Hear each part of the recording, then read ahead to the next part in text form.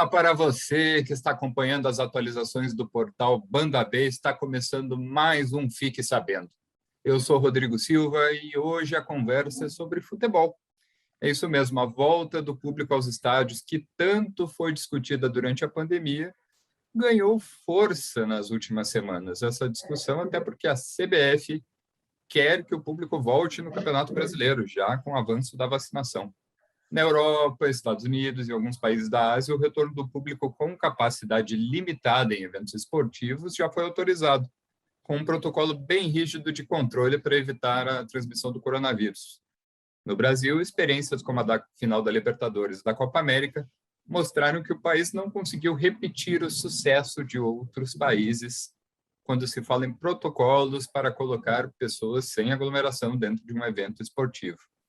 Bom, agora a CBF quer o retorno do público aos estádios. Será que nós estamos preparados para isso? Para falar no assunto, eu converso hoje com ele, que é médico infectologista e professor da Universidade Positivo, Dr. Marcelo Ducroquet. Doutor, obrigado por aceitar o convite da Banda B. Oi, Rodrigo. Eu que agradeço pelo convite e pela chance de falar sobre esse assunto. Sem dúvida, bem importante, doutor. E antes da gente entrar no protocolo da CBF, eu quero fazer essa comparação do Brasil com outros países, né? A própria Europa, em algumas ligas, já estão tendo jogos com um público limitado. Estados Unidos também, até a NBA andou fazendo um evento esportivo grande recentemente, no basquete. O que está dando certo lá que nós estamos fazendo de errado aqui? Vamos começar já assim. Porque no Brasil, nas experiências que a gente teve, não foram de sucesso, né?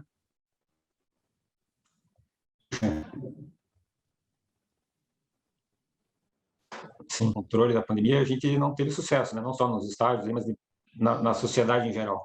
E talvez uma diferença que eu consigo colocar para você é que na Europa eles adotaram uma estratégia ali em alguns países de prevenção, né? Que é tentar evitar a disseminação do vírus, né? E tem vários países lá que, não só para estádio de futebol, eles testam as pessoas rotineiramente para o Covid, né? Então, as pessoas que trabalham em determinadas empresas, lá onde a presença é necessária no local de trabalho, fazem teste a cada 2 semanas, isso rotineiramente. Tá?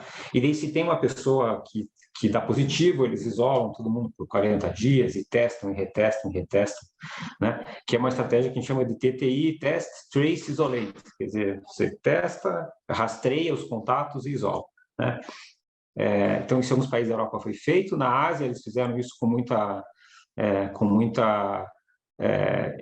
sucesso, né?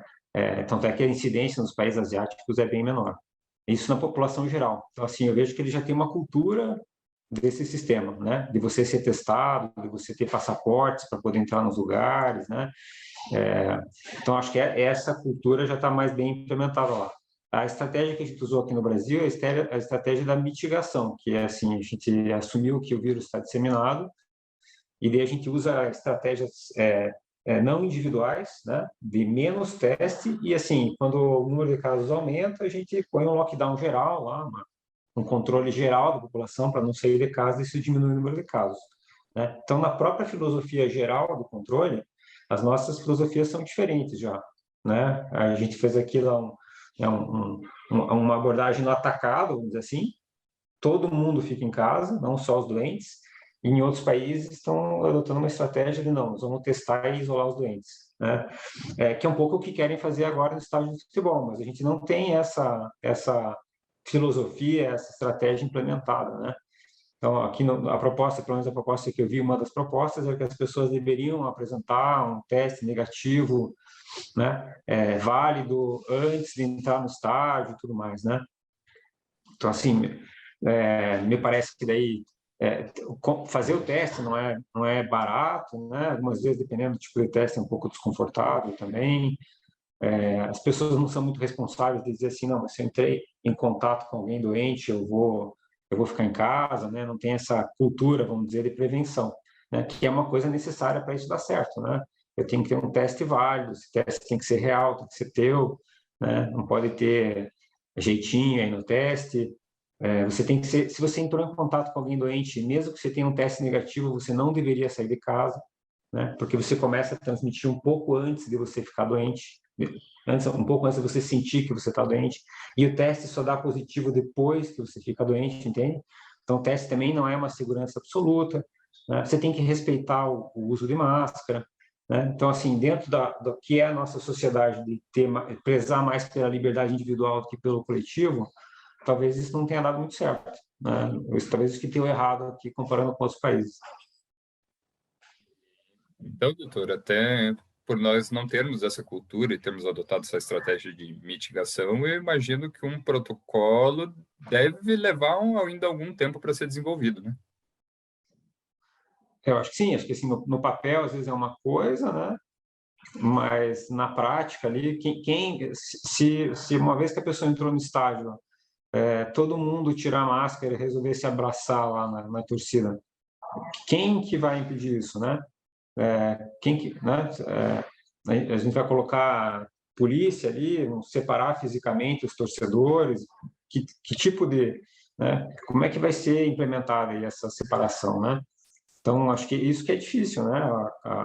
A ideia ali, às vezes, no papel é ótima, mas na prática, né? Assim, uso do banheiro, uso das instalações lá de comida, né?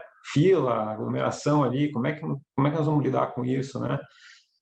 Então, acho que essa seria uma grande dificuldade. Sem falar que os testes negativos ali é um teste caro, né? Ele custa 100, R$ 150, né?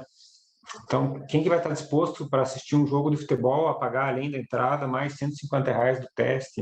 Isso vai ter que ser repetido a cada vez que ele entrar no estádio. Então, acho que é desafiador, né? Fazer um protocolo seguro é desafiador.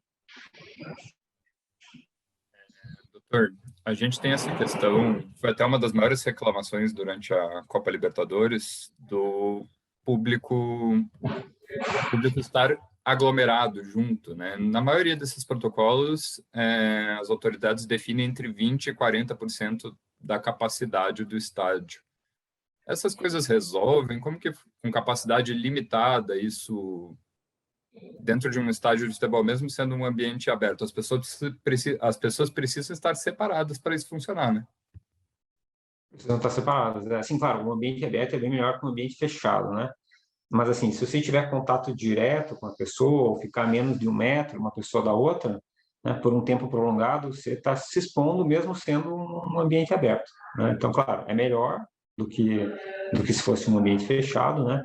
Mas, assim, se você colocar num ambiente aberto 50 pessoas, uma do ladinho da outra, não alivia muito, porque daí tem a transmissão por gotícula, né, que é uma transmissão direta, assim, que é você tossir e uma gota voar direto de uma pessoa para outra.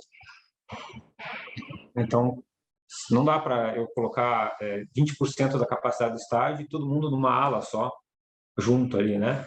Eu teria que meio que distribuir isso por toda a área do estádio ali, deixar as pessoas realmente separadas.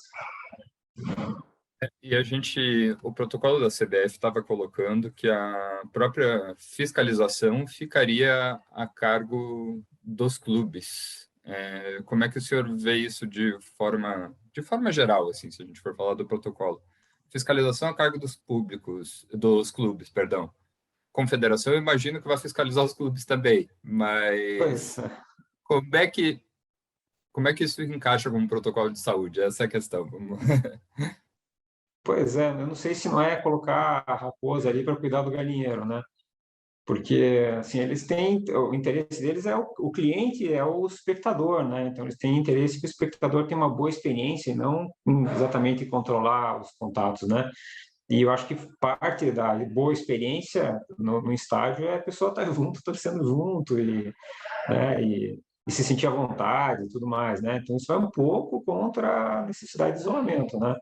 Então eu acho complicado, né? Eu acho complicado e se tiver uma quebra do protocolo, me pergunta assim, quem paga, né?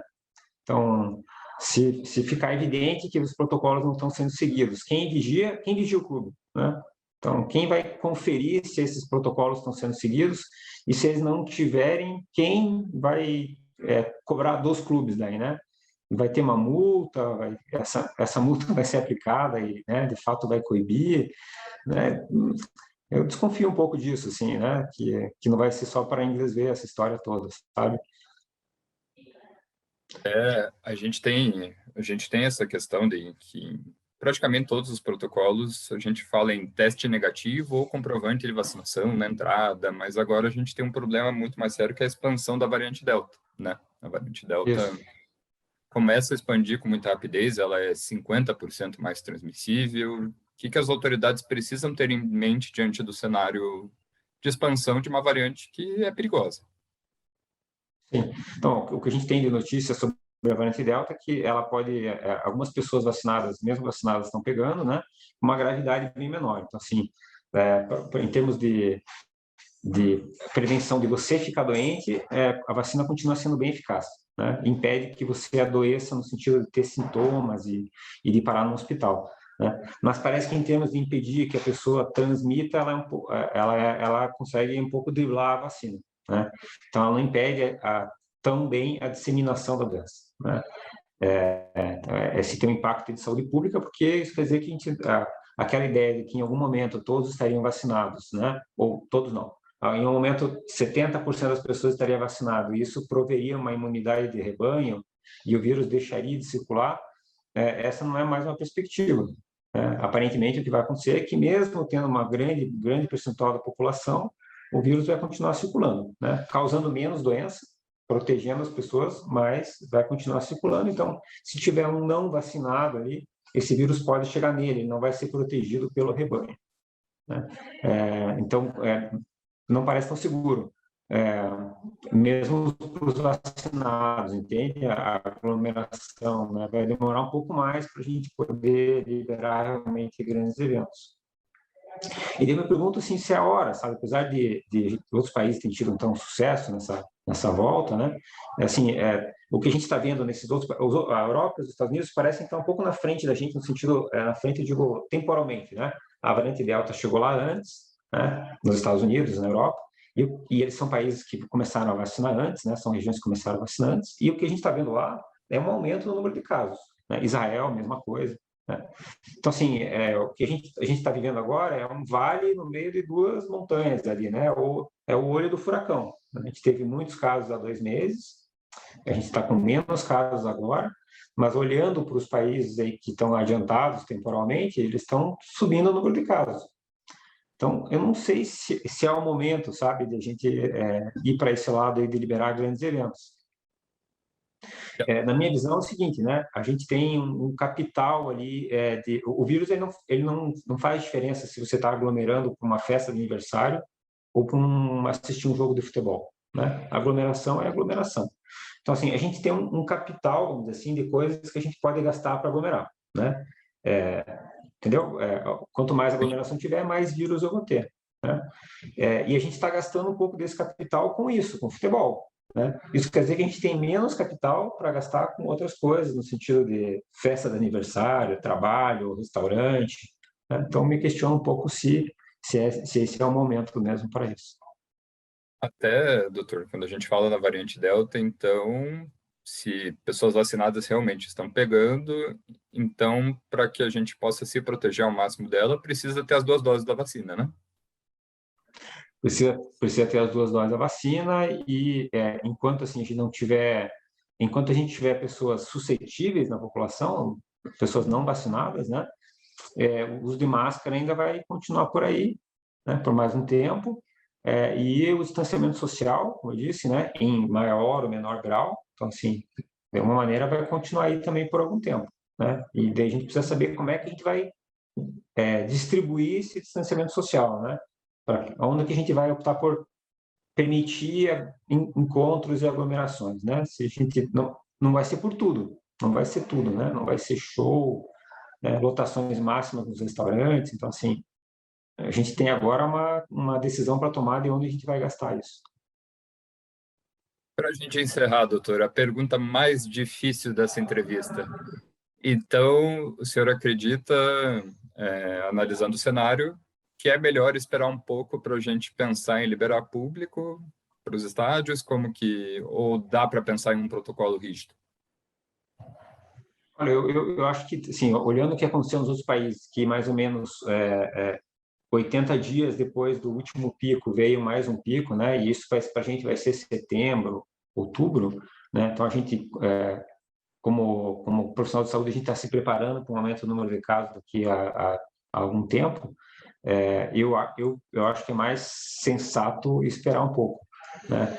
E permitir, por exemplo, agora nesse momento, outros tipos de sociabilização, né? Então, veja assim, por exemplo, nas escolas, as escolas privadas já voltaram, mas as escolas públicas ainda estão iniciando um retorno às aulas, com as crianças indo em dias alternados. Então, assim, eu acho que, como sociedade, a gente deveria primeiro permitir o retorno às aulas, né, antes de a gente aglomerar no estádio. A gente ganha mais como sociedade gastando nosso capital social, né, de nossa aglomeração com isso, do que com o estádio, né?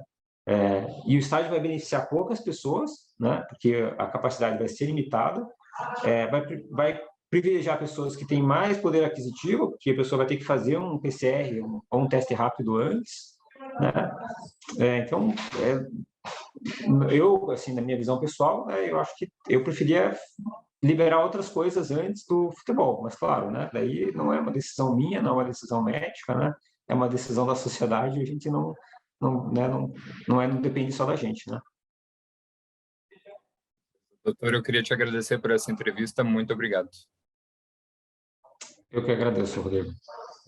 E para ter acesso a várias outras conversas do Fique Sabendo do portal Banda B, você tem conversas sobre a área da educação, tem sobre saúde, tem sobre a crise hídrica, tem sobre economia, tem bastante coisa. Você pode entrar no bandab.com.br/notícias/categoria/Fique Sabendo. Essa entrevista aqui com o Dr. Marcelo sobre protocolo de volta aos estádios será registrada de forma escrita no portal Banda B. E esse vídeo da conversa aqui do YouTube também será anexado à matéria ali no portal. E vocês podem visualizar todo o conteúdo, mais de um tipo de conteúdo, na verdade. Doutor, obrigado novamente. Pessoal, até a semana que vem. Tchau.